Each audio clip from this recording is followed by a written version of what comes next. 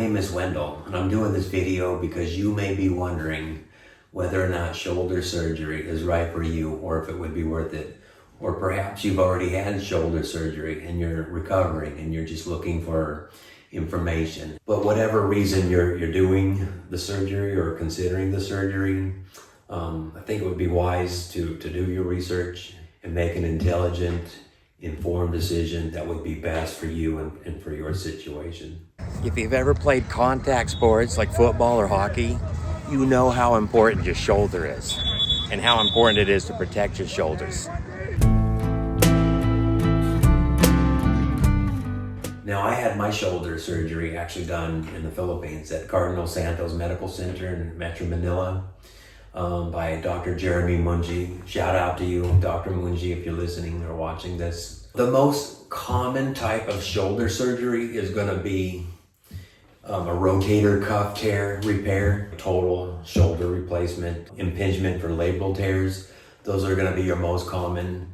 Mine was more of a major reconstruction. So obviously my procedure and recovery is going to be, different from yours, but with any shoulder surgery, there are commonalities.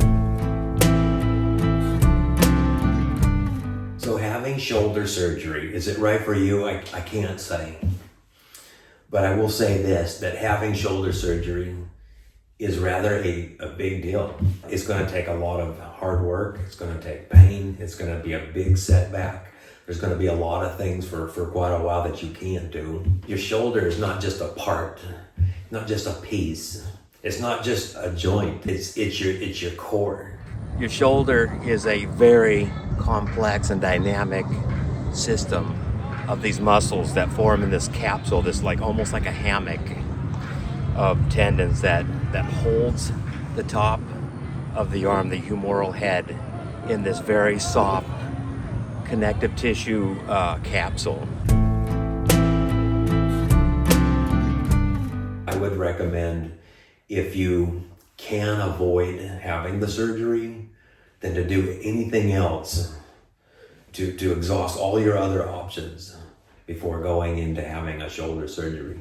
If you meet a physician that has a surgery only or a medicine only approach to the problem of your shoulder, I would probably shop around and get a second opinion and look otherwise.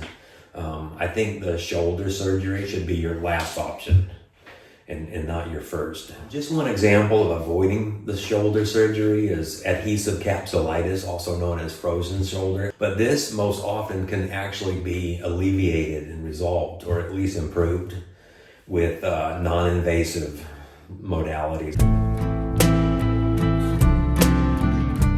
Could take quote unquote 6 months to recover, but it's probably realistically going to take maybe more like a whole year to effectively, completely recover to where you're actually better off than you were before the surgery. You run a business, you're self-employed, or you're the only person in your household that has income, things like that. Don't think that you're just going to run into, outpatient clinic, have your shoulder operated on, and you're just going to be back in a couple of weeks back to work. It's going to be several weeks or even months where you can't really actually use your arm. So it's not a simple, quick, easy fix. Go down the alternative route. Exhaust all of those other alternative modalities. And my shoulder was very unstable, and it was medically necessary to get it fixed. It was severely debilitating. And I'm still in my working, productive ages of my life. I'm not ready to just hang it up and just lay in a couch. So imagine you're going into surgery and you won't be able to do things for yourself for 4 or 5 months. Like trim trees and just get your grass mowed and trim your toenails and get your hair cut and make sure all your laundry's done and your house is clean and oil in your car is changed. Make sure when you come out of the hospital that they give you a really good, comfortable sling. It goes high up here in the back, and I can adjust it here because you're gonna constantly want to be adjusting this. You're gonna want it lower, you're gonna want it higher. You're pretty much gonna be in the sling 24 hours a day, night and day for the first 4 weeks, 4 to 6 weeks. One of the key essential things is to have a hand exercise ball. It's very soft. It's very hard to wear a sling all the time. And so you want to be able to get the circulation going. You're in the sling all the time, which is definitely going to be up for at least 4 weeks. You want to be able to take it out of the sling. You can bend your elbow. And if you can't do that, you can use your arm to do, passive active motion. If you have it bent like that in the sling all the time, it's going to hurt.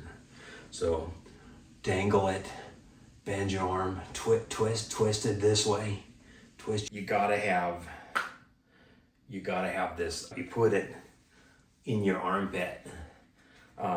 When your arm is in a sling all the time, your arm will just burn and it will chafe and your armpit will hurt more than your actual surgical site. But you're just gonna have to learn how to live in this sling for at least 4 weeks.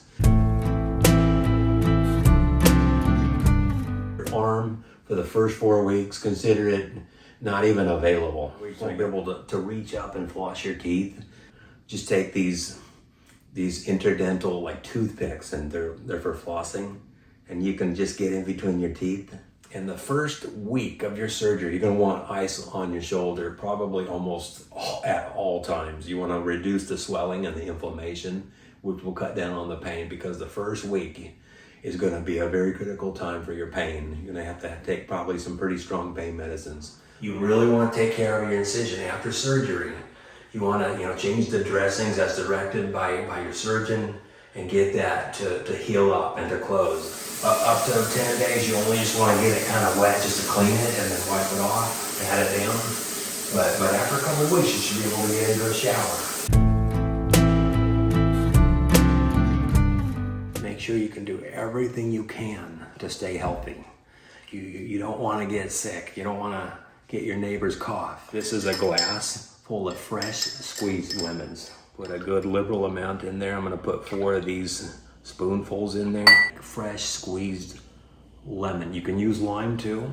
They both work good. So little lemon ginger turmeric is a great anti-inflammatory. A lot of the pain medicines that we take, like let's say Tylenol, they are an anti-inflammatory. Just a liberal amount, probably almost 2 teaspoons or a tablespoon of that stuff. Ginger is also very great for your immune system and also an anti-inflammatory. Lemon, turmeric, ginger. Mix it up all good. And then you can chase it down with a ginger shot. So do that every day.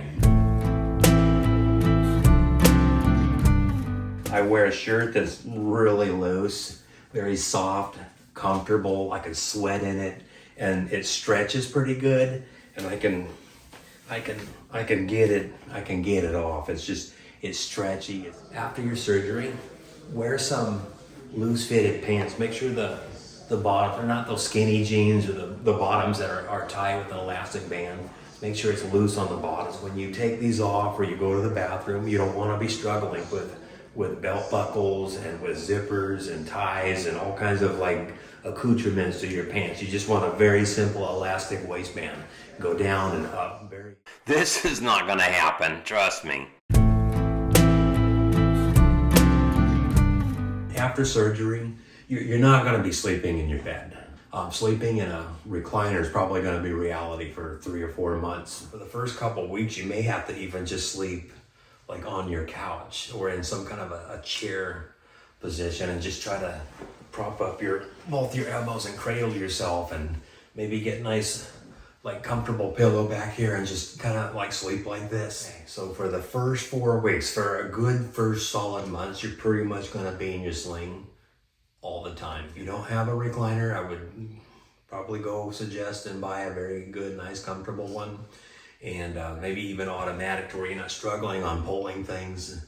Or you just push a button, up, down, recline, put your feet up, whatever. You're gonna wanna get like a nice, soft, flat pillow. Nothing too big, but just to kind of move your elbow out away from your side. When you go to bed, you can maybe try to recline as much as you can. Maybe the first week I would Probably say you're not gonna be able to lay your head back like at all. This pillow here and a pillow under your arm, absolute, at minimum, essential. You can kind of maybe turn a little bit, sleep like this. When you get up, just make sure you keep this tight up against your body. You know, you're gonna be using your good arm for pretty much everything. Now a hammock could be another very comfortable thing for your shoulder to just kind of relax in. You might even want to be able to maybe sleep in it for an hour or two. It cradles your arm, your shoulder, it protects and it splints. If you have shoulder surgery, the bedroom can become your nightmare. And laying down in your bed will become very difficult. And it will take several months to even be able to lay down in your bed and go to sleep and sleep through the night. Sleeping in my dog's bed is actually way more comfortable than sleeping in the bed, believe it or not. I slept with my sling in the nighttime all the time at night, but instead of having just a sling at night, this is a very nice, comfortable sleeping pillow for shoulder surgery specifically. It's very, very soft. Has a sling here. And I wear this every night when I sleep. Put your arm in there, has a nice saddle, and it has the perfect amount of space to abduct your shoulder. After 4 weeks, 6 weeks, you should have a little bit more freedom when you're laying in bed. And then you can put your hand in these like elastic straps. It even has a thumb hold here. In the daytime, I don't need my sling and I don't need my sleep pillow. But while I'm laying down and sleeping, do need this.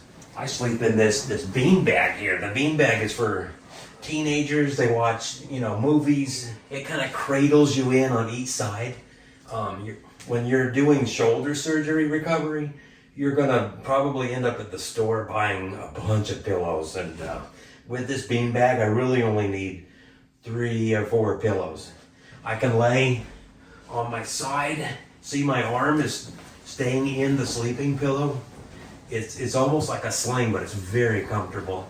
Wish my dog would do this and I could just snuggle him like this. I can lay on my back and I'm kind of up. My head is up higher than my feet. And then my feet just dangle down into my dog's beds. It's really hard to have all this, an ice bag, a heat compress, sleeping pillow, a sling, whatever, all these pillows, and then have a blanket. So I would suggest I wear sweatpants to stay warm. I never use a blanket. So having a blanket, probably try to skip the blanket because you're gonna be dealing with pillows a lot.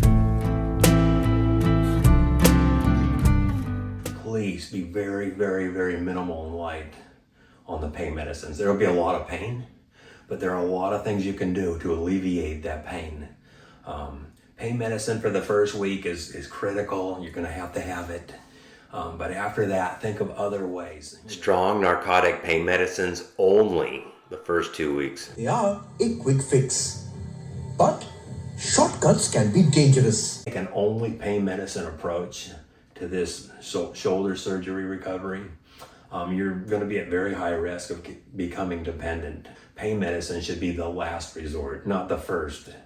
You can get these pain relief patches. They're like lidocaine patches. You can put that on, especially when you go to sleep. That's going to be the most painful part of your day is the time when you're laying down and sleeping. And you can also use creams and ointments. This one is like a lidocaine cream, and this is basically a cooling therapy. It has a menthol in it. You're really hurting. You're doing everything you can. The pain won't go away, and you're reaching for those painkillers. Usually after a couple of weeks, you really shouldn't even need to take any pain medicine unless you have like some sort of a crisis or an emergency. Those are usually triggered by doing something wrong or too much activity. You just can overdo it. Okay. Try the shower. Try the shower first. The first week is ice to reduce the inflammation, but after that, you want heat. Put some heat on it. Try the shower. Get in there for 10 minutes. Maybe dangle your arm. do a little bit of like exercises and stretch it out a little bit with the water, the hot water going on your shoulder and just kind of loosening everything up. My sister-in-law, who's a physician, gave me this as a gift. It's actually from the Philippines. It's a company in Manila that makes these, but it's almost like a bean bag. It has like a bean bag on this side and a bean bag on this side, and it has herbs in there, and it just smells really good, but it's actually for hot and cold. All the videos that I watched about shoulder surgery, I never heard anybody talk about this. But my surgeon in the Philippines actually texted me and recommended this after a couple of weeks. He said, "Are you using your warm compress?" He says, "You can put this in the microwave with a glass of water for 2 or 3 minutes and warm this up." So I pretty much use this all night long. I warm this up. It stays warm for an hour and a half, maybe 2 hours. And then I wake up after 2 hours, realizing that my shoulder is in a lot of pain and I can't get comfortable enough to fall back to sleep. So I'll get up, I'll throw this in the microwave for 2 or 3 minutes. And it hurts really bad here. I'll put that there and I'm laying down, and the other part I can put up here. And so I haven't taken pain medicine for several weeks at all. This is much better than even the strongest pain medicines. I can't sleep without this. Okay, like I said before, for the first 4 weeks, you're pretty much gonna be in your sling like all the time. So once I got out of my sling, I always wear the pillow at night, the sleeping pillow for shoulder surgery. I always wear that at night. But in the daytime when I'm doing things, I can wear this brace. I go walk my dog. I have to ride in the car. I do those activities that kind of hurt a little bit. I ended up buying one of these Vive shoulder braces. It snaps apart here. It goes underneath your good shoulder, your armpit there on your good arm. And it just and you can adjust all this. You can adjust it here. I would suggest, if you're going to be traveling, wear your brace or your sling, and then also splint your shoulder with a pillow. Adhesions are when your arm is recovering from surgery and there's an incision there. As the muscle and tendons and the soft tissue, as it regenerates and it heals, it creates this very fibrous, sticky material. Like when you put your hand into that sticky cobweb or that spider web and it sticks, it's kind of gluey and sticky, and it forms around the muscle fibers, and as it heals, it can harden. There's things that you can do like every day to prevent that. There are 4 primary exercises you can do for your arm, for your surgical shoulder, that will help reduce the formation of adhesions. The first one is the towel slide. And do this as much as you can. At first it may just be like a little bit like this, raising your arm up like can hurt a lot, but I'm at 10 weeks and I can go almost like full extension out this way. A little bit more advanced version of the towel slide to prevent adhesions is actually the ball roll. And you want to keep your shoulder down. You want your shoulder to try to relax and go through that transition. You can dangle your arm. It's actually very comfortable, very relaxing, very therapeutic. On my good side, I support my knee. You can hold on to maybe a chair or a table and relax your shoulder. Don't use any muscles, let it just go around. You can reverse the direction. Third thing you can do is called the wall climb. Just climb the wall with your surgical arm. Climb your fingers right up the wall as high as you can without that pain. Hold it for 3 seconds, let it come down. So the 4th thing you can do to prevent adhesions from forming is the stick exercise. It's an external rotation stretch, very gentle, very light. And you want to hold that for 10 to 15 seconds and do 10 reps of that at least. And for your first month, you probably want to be doing this like 3 times a day. But you're also going to want to do to keep your arm lifted up. And now for the first 6 weeks, you probably won't be able to, on your own strength, lift your arm. But you can lay down, put your arm on a pillow here to prevent it from falling with your good arm. Take your affected surgical arm and lift it, raise it up Get it up there. Go to the point. It should be a little bit uncomfortable, but it shouldn't hurt. It shouldn't be very painful. At first, you won't be able to get it very high. And then eventually, you'll be able to do it on your own strength.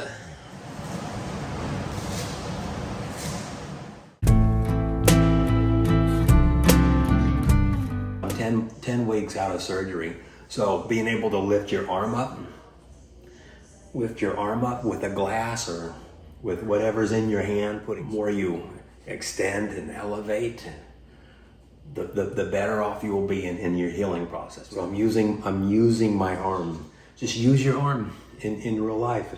You know, reach for the door. Reaching, pulling out chairs, reaching out for things. Reaching, flushing the toilet, reaching, turning off lights, reaching, shutting doors, opening doors, reaching, opening up cupboards, reaching for things in the shelf, reaching, using the microwave, reaching, putting on your glasses, reaching your ear, reaching, scratching your face. We're just so used to using our dominant hand for most everything, but try to focus on using your healing shoulder for a lot of simple and ordinary things.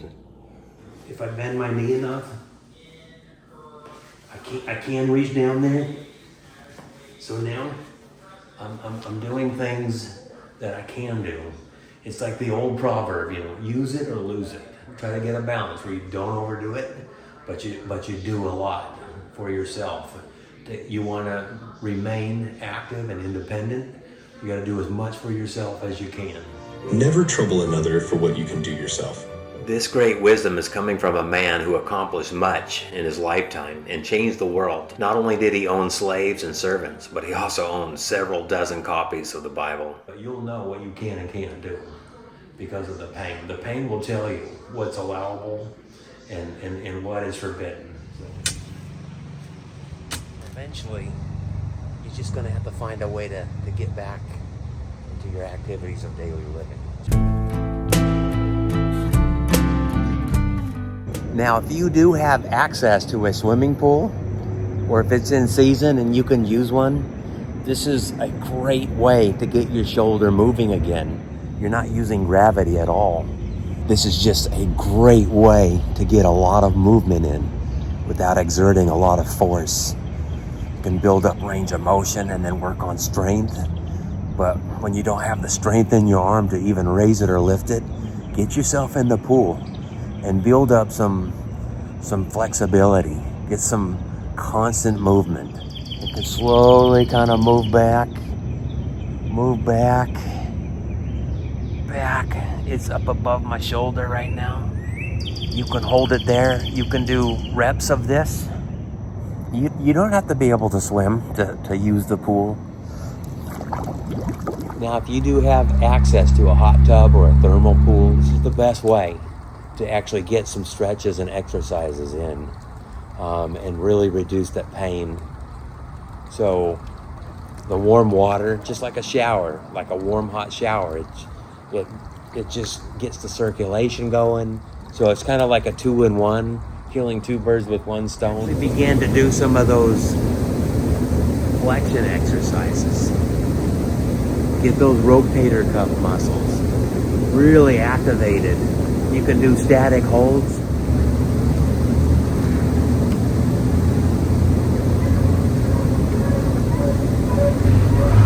Yeah, those jets can really relax your entire shoulder and really get to that deep, soft tissue.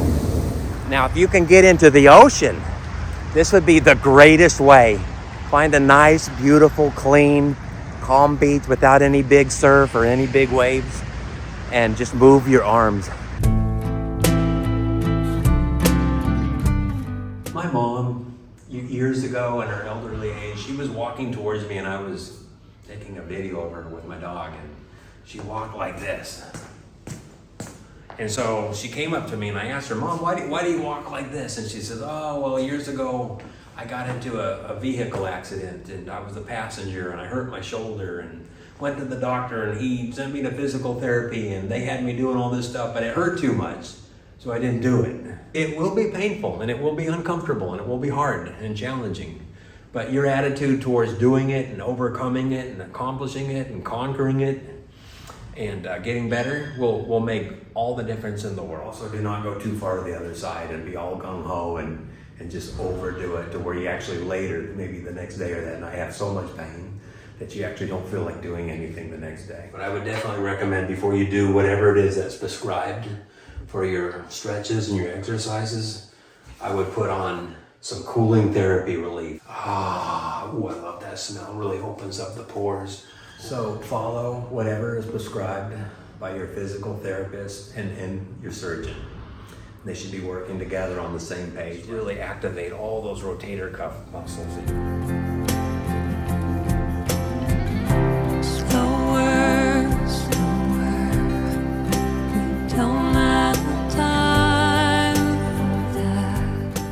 You know, and after 6 weeks, you want to really start doing rotator cuff activation exercises and using it. And you want to put a towel here and just kind of lean back, put some pressure here, just holding it there. You probably want to hold that there a couple minutes at least. Put the towel or the pillow, a rolled up towel in your armpit here and kind of get it tight against your body. And then this is external rotation, so you want to hold that. And then you do internal rotation. It's just do the opposite of that. This is internal rotation. It's static, it's isometric. I'm just holding it there. The flexion, you know, you always want to be trying to reach up. Just the weight of my arm. You hold that a couple minutes, a couple times a day. But these are the very, very basics. So my elevation is up probably higher than the top of my head, or above my ear at least. And my abduction is up just barely like above my shoulders. Okay, now this one is very useful. This is a shoulder pulley system. You're going to want to do a lot of arm lifting. I'm using my good arm to pull, but your good arm is doing really all of the lifting. So the more range of motion, the more movement, the more lifting you do, the easier it'll be to just get back into your normal activities of daily living. And as you come into 12 to 16 weeks, your tendons will remodel. And once the tendons remodel, you really want to get this constant guided movement. So you want to keep moving it and stretching it. You can also do your static rotator cuff holds. This should be something that you could come and do, in your garage, get the fan going, maybe play some really good music, some inspirational music or motivational music. You can spend pretty much an hour every day. But we're still standing again and again. This is my good arm, but nothing too strenuous where you would never want to put anything too heavy in your arm. That will come much later on down the road. This will be a slow, long process. Once you get into remodeling, you want to develop muscle symmetrically, and it'll become just as symmetrical and strong as the other side. And then all of the movements and the stretching and the reaching, everything will just kind of naturally fall back into place. You can do resistance exercises once you start building muscle. These bands, the different colors are the different strengths. I know the yellow is the light one. It's like 5 to 10 pounds. And then you have 10 to 15, 15 to 20, and all the way up. So now I'm going to reach up and pull that off the wall. Putting this one up there, taking this one down. That in itself is an exercise. So I'm going to take the lightweight one, the yellow one, which is 5 to 10 pounds of resistance. And I'm just starting out. I'm just starting to build muscle now. I'm going to take that, and it comes with these really nice D-rings. Just snaps right on there. That. Put it under. You got forward elevation. You can do a static hold. Use both ends. You can build muscle symmetrically on both sides. You can do your forward elevation. This is a good static rotator cuff hold. And they have a door strap on here. It's designed to do your external rotation. And you can switch it, and you can do the internal rotation.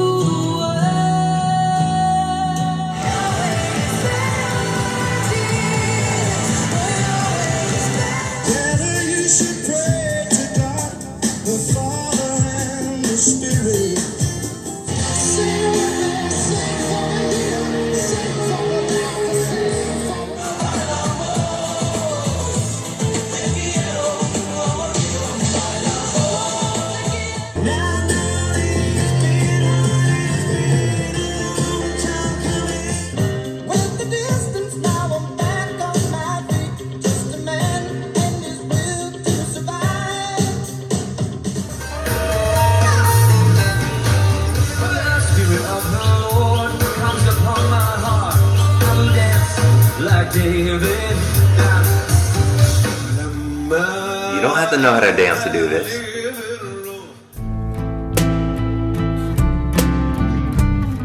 Now my left shoulder, it's been healing, and it's also been forming some scar tissue. As much as I can do to try to avoid that. This is a special emollient for massage and instrument-assisted soft tissue mobilization. And you put this emollient. I've got this muscle scraping tool. This is a metal one. They do make them out of stone. Look at that, how beautiful that is. And you can scrape and break up, right there, and find those knots, those hard spots, those knots. And then you just kind of want to massage it out of there. You want to mechanically, physically break up those adhesions, that scarring tissue around your muscles. So when you hear those clicking sounds or feel that rubbing and sticking in your shoulder when you try to move it a certain way, those are adhesions. That's scar tissue, and you can break it up. It should be uncomfortable, but it shouldn't be too terribly painful. See that redness? That's petechiae. It's just at the surface of the skin. You don't want to bruise the skin.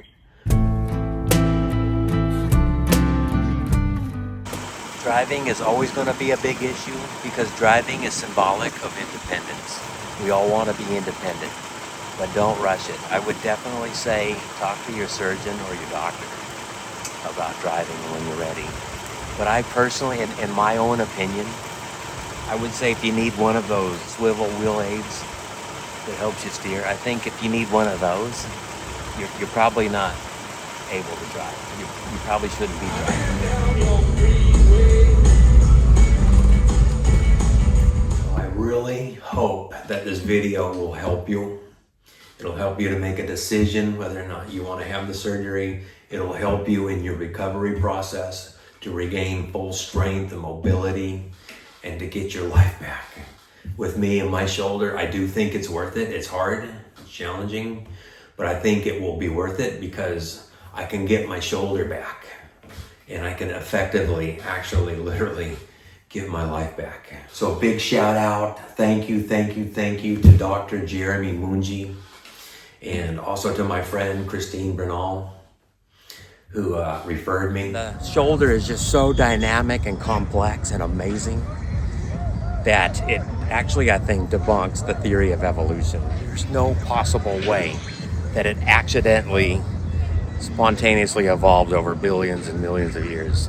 Where you see intelligent design, you can be assured that there is an intelligent designer or a creator of that design. And Brandon Carr was back there. I mean, he is insane. How do you make that catch? Oh my. My highest praise to God himself, who created the amazing body and knit me together in my mother's womb, the one who instructs all mankind and gives all knowledge to orthopedic surgery. In all thanks to the Lord Jesus Christ, who restores the body and heals the soul. Praise the Lord.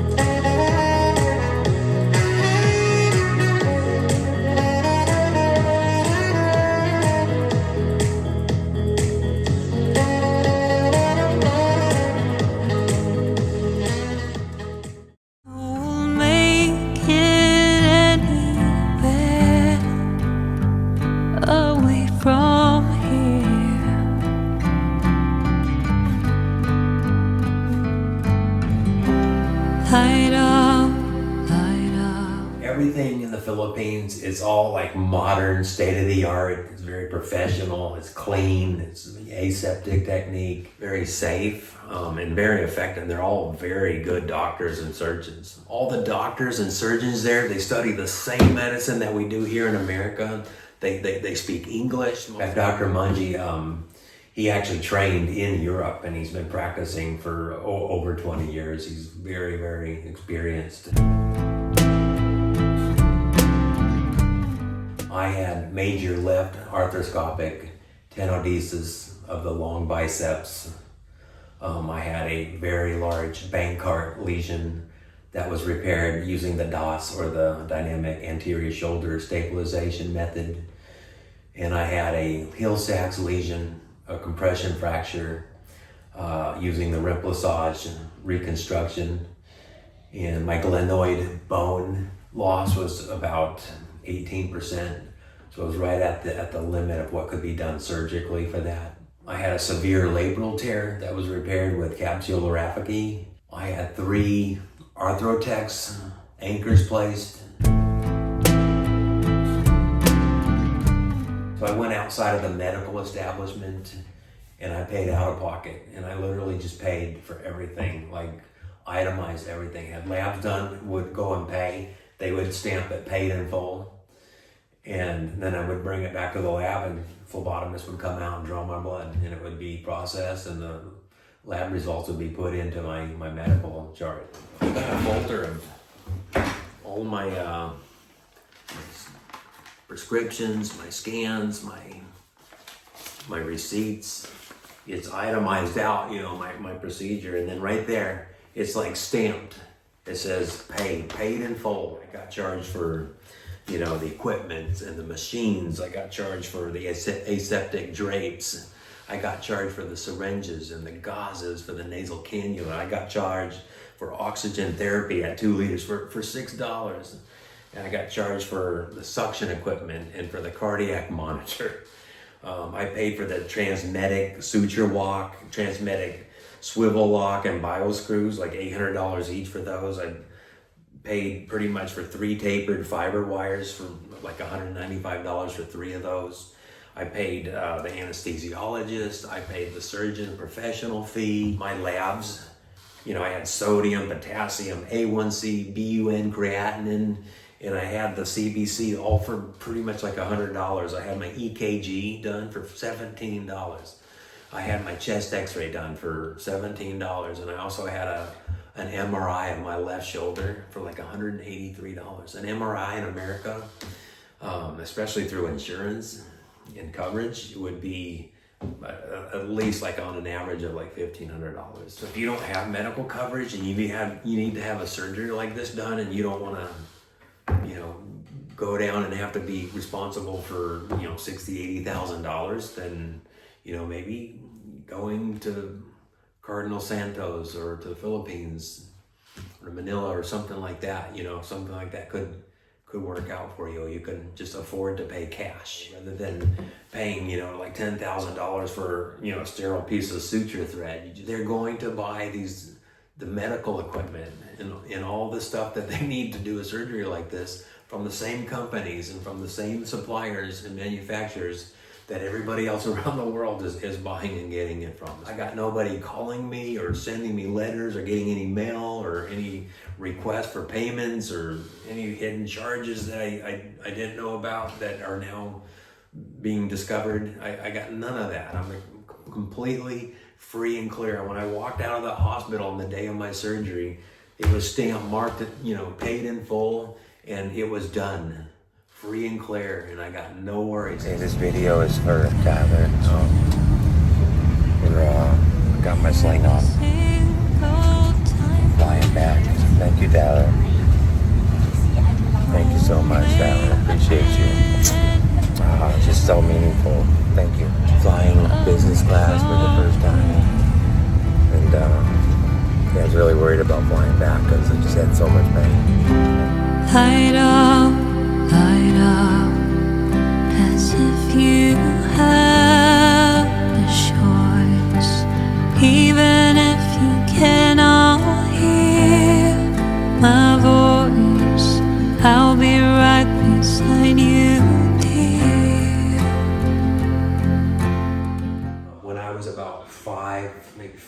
2.5 weeks out of my surgery, I was able to kind of do more and more things. I could take a shower by myself. I could kind of lift up my arm a little bit more. I could pull the refrigerator door open. I could just kind of do more things. I could dress myself. And at that time, I had a death in our family. My wife had to fly off to the Philippines for a couple weeks. And I literally was here by myself, and I had to take care of my dog. I had to feed him, I had to walk him, I had to put my socks on, I had to do laundry, I had to do my dishes, I had to cook. There was a lot of things that I had to do. And I was right at that point where I could actually do more for myself, and I was in a situation where I had to take care of myself. And that was actually a very good thing for me. That really actually helped me, I think, improve the most, more than anything else, more than all the physical therapy and all the exercises and stretches. I think just having to take care of myself and doing more for myself, more than I probably would have. I was tempted sometimes to ask my wife to wash a dish or to do this or that. And believe it or not, at 10 weeks, I actually, with one hand, with my good hand, I actually went out and I mowed my grass. So the more you do, the more you use your arm in real practical life situations and activities of daily living, the more you will get the use of your shoulder back. The USA, they won a gold medal for the first time since 1980. Oh, beautiful.